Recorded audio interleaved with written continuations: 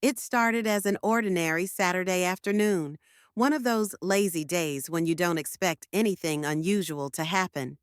My husband had gone out for a quick errand, and I was at home tidying up the living room, sipping my coffee, and enjoying the quiet. It was one of those rare moments of peace that busy lives rarely offer. But sometimes the most unexpected twists happen on the most uneventful days. As I arranged the cushions on the couch, there was a sudden knock at the door.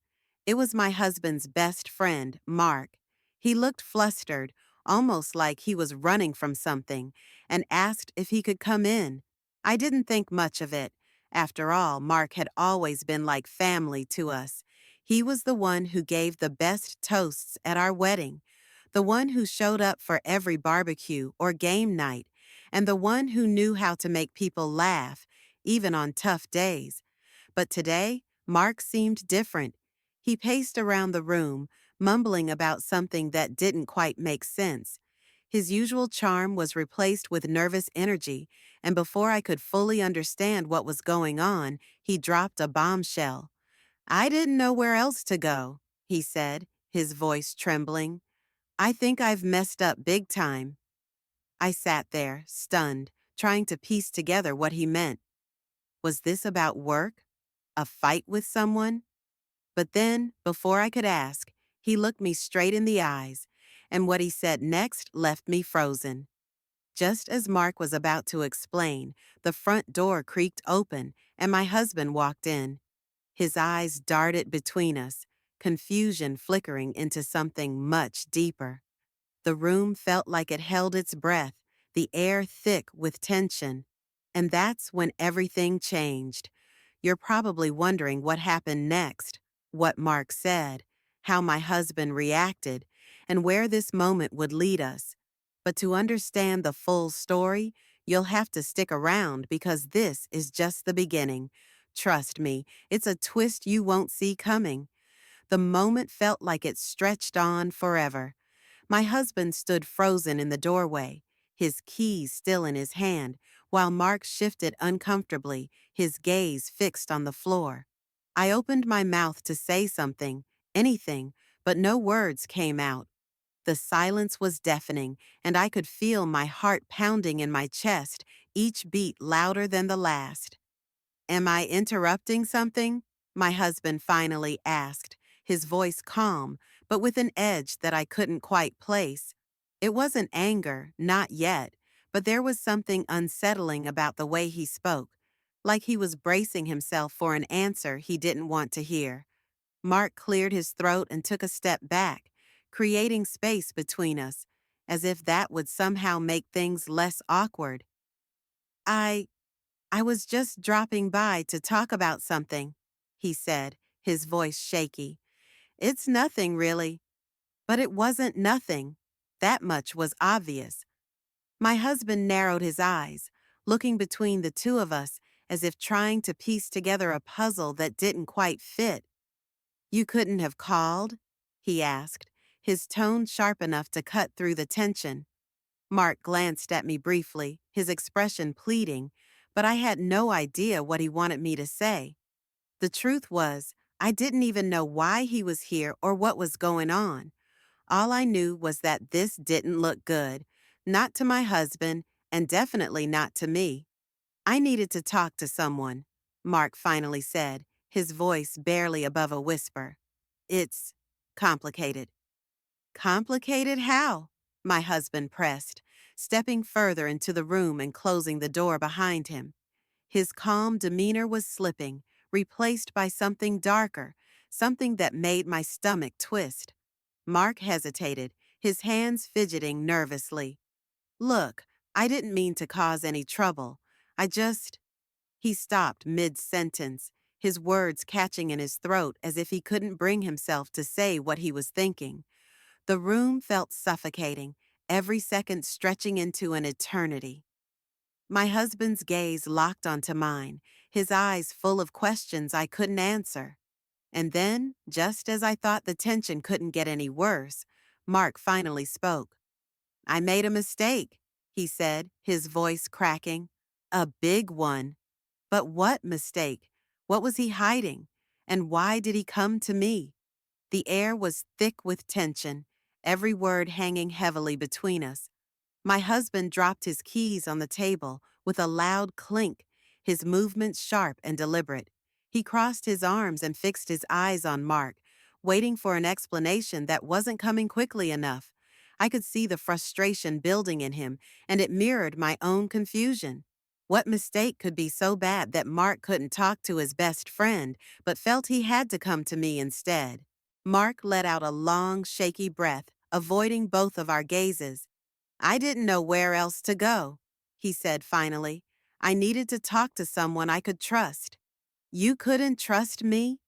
My husband shot back, his voice rising slightly. It wasn't just anger now. There was hurt in his tone, a betrayal he didn't understand but could clearly feel. What's going on, Mark? Just say it. Mark shook his head, his hands running through his hair as if he could somehow pull the answers out of himself. It's not that simple, he said, his voice barely above a whisper. I screwed up, okay? And now, I'm in a mess I don't know how to fix. His words hung in the air, and I couldn't stop the questions racing through my mind. What kind of mess was he talking about? Why did he look so desperate, so afraid?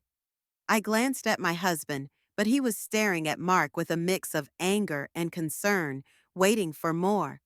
You've got to give us something, I said quietly, trying to keep my voice steady. What are we supposed to think when you show up like this? Mark looked at me then, his eyes filled with guilt. I didn't mean for you to get caught up in this, he said, but I need help, and I didn't know who else to turn to. The weight of his words sank in, but they didn't answer anything. If anything, they raised more questions. What kind of help did he need? What had he done that was so bad he couldn't face it alone? And why did he come to me instead of the man who had been his best friend for years? The silence that followed was unbearable, and I could feel my husband's patience wearing thin. Mark, he said, his voice low and firm, you need to start talking. Now. But Mark just looked down, his shoulders sagging under the weight of whatever secret he was carrying. And with every passing second, the sense that this was only the beginning of something much bigger grew stronger. Mark's hesitation was driving my husband over the edge. He stepped closer, his voice sharper now. You're stalling, Mark. Just tell me what's going on. Whatever it is, we can deal with it, but I can't help if you keep dodging. Mark's head shot up, and for a moment I thought he might finally say it, but instead he closed his eyes, letting out a frustrated sigh. You don't get it, he muttered, almost to himself. If I tell you, everything will change. It's not something you can just fix. Try me, my husband snapped. His patience was gone, and I could feel the anger rising in him. You're my best friend, Mark. We've been through everything together. What could be so bad that you think I wouldn't stand by you? The question hung in the air, heavy and unanswered. Mark opened his mouth, then closed it again, his hands clenched into fists. He looked like he was at war with himself, trying to decide whether to speak or stay silent. I couldn't take it anymore. Mark, I said, my voice breaking the tension. Whatever it is, you're scaring us. You can't just show up like this, say you've made a huge mistake, and then shut down. We're here to help, but you have to trust us. He looked at me then, his eyes filled with a mix of fear and regret. You don't understand, he said quietly. If I tell you, there's no going back. It's going to hurt people, people I care about. That stopped my husband in his tracks. His expression shifted, the anger giving way to something more vulnerable. Who, Mark? Who's gonna get hurt? Mark hesitated, his gaze flickering to me for just a split second before he looked away. It was so quick, but it didn't go unnoticed. My husband caught it too. His eyes narrowed, and I could see the wheels turning in his head. What's going on here? He asked, his voice low and dangerous. Why did you look at her just now? Mark, what are you trying to say? My heart started racing as my husband turned to me, his expression a mixture of confusion and suspicion. Do you know something I don't? He asked, his voice filled with tension. I shook my head quickly. No, I said, my voice trembling. I don't know anything. But Mark's silence and the look on his face told a different story. Whatever he was about to say would change everything, and the room felt like it was seconds away from exploding. The silence between us felt unbearable. My husband's question hung in the air, unanswered, while Mark looked like he was about to break. His jaw tightened, and he took a step back, as if trying to create physical distance from the weight of his own words. My husband's eyes darted between the two of us, searching for answers and expressions that neither of us could control. Someone needs to start talking, my husband said, his voice a mix of frustration and fear. Mark, what is this? Why does it feel like there's something you're not telling me? Mark finally met his gaze, and for the first time since he'd walked through the door, he looked directly at him without flinching. Because there is, Mark admitted, his voice barely above a whisper. And I've been trying to figure out how to say it without ruining everything. Ruining what? My husband demanded, stepping closer. Mark, if you're about to tell me something that involves my wife, you'd better stop. Mark's voice cracked as he interrupted, his hands raised as if to shield himself from the storm that was brewing. It's not what you think. It's not about her. But it's something you need to know, and I didn't want you to find out this way. My husband froze, his breath catching. What are you talking about? He asked, his voice quieter now, though the tension in it hadn't eased. Mark glanced at me, his expression pleading. I had no idea what he wanted me to say or do. I felt as blindsided as my husband looked, and yet there was something in Mark's eyes, an unspoken message that made my stomach churn. Then Mark took a deep breath, his shoulders slumping in defeat. It's about someone else, he said, his voice trembling. About someone from your past. The words hit like a bolt of lightning, and I saw my husband's face change instantly. What are you talking about? He asked, his voice cold now. Who from my past? Mark hesitated, but the look in my husband's eyes left no room for evasion. Her name is Emily, Mark said finally, his voice barely audible. The room went still, and I saw the blood drain from my husband's face. Emily.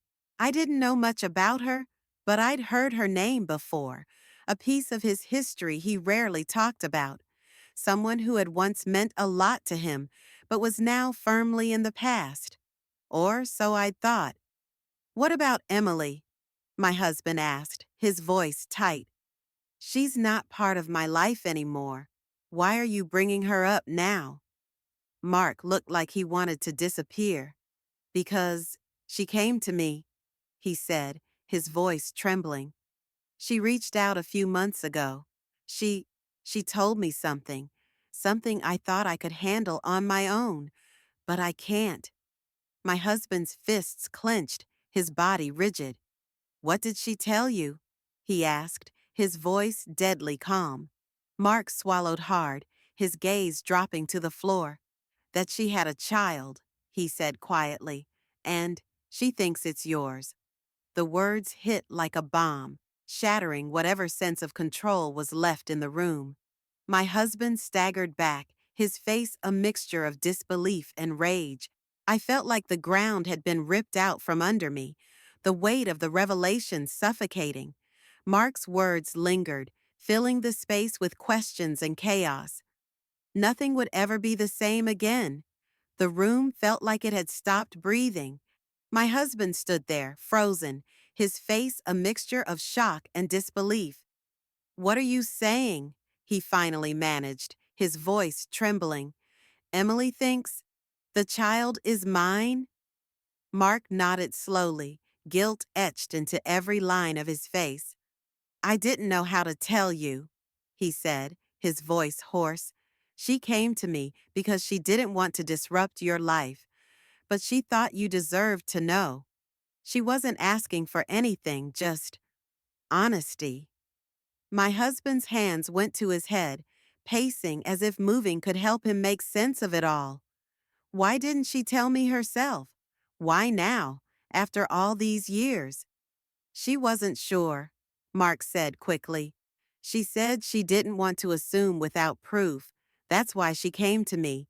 I helped her get the answers she needed. Answers? My husband stopped in his tracks, his gaze sharp and suspicious. What do you mean by answers? Mark hesitated, and for a moment I thought he might crumble under the weight of his own words. But then he reached into his jacket pocket and pulled out an envelope. I didn't want to show you until I was sure, he said, holding it out. These are the results. A DNA test. The envelope trembled in Mark's hand as my husband stared at it, his expression unreadable. Slowly, he reached for it, his fingers brushing against the paper as if it might burn him. The seconds dragged on as he opened it, his eyes scanning the contents. Then his shoulders slumped and the envelope slipped from his hands. It's not mine, he said, his voice breaking. The child isn't mine. Relief washed over me, but it was quickly replaced by confusion. If that wasn't the truth Mark had been hiding, then what was? I turned to him, my heart racing. If that's not it, then why all this secrecy? What else are you hiding? Mark hesitated, then looked at my husband with an expression I couldn't quite place. Because Emily didn't come to me just for the test, he said quietly. She told me something else, something about you. What? My husband asked, his voice tight with tension. Mark took a deep breath. She said she left because she was scared. Scared of what you might do if you found out the truth. She thought, he trailed off, his voice dropping to a whisper. She thought you already knew. My husband's face twisted in confusion, and then it hit me. There was something bigger, something we hadn't even begun to uncover. The truth wasn't just about a child. It was about a past that neither of us truly understood, and now it was staring us in the face, demanding answers.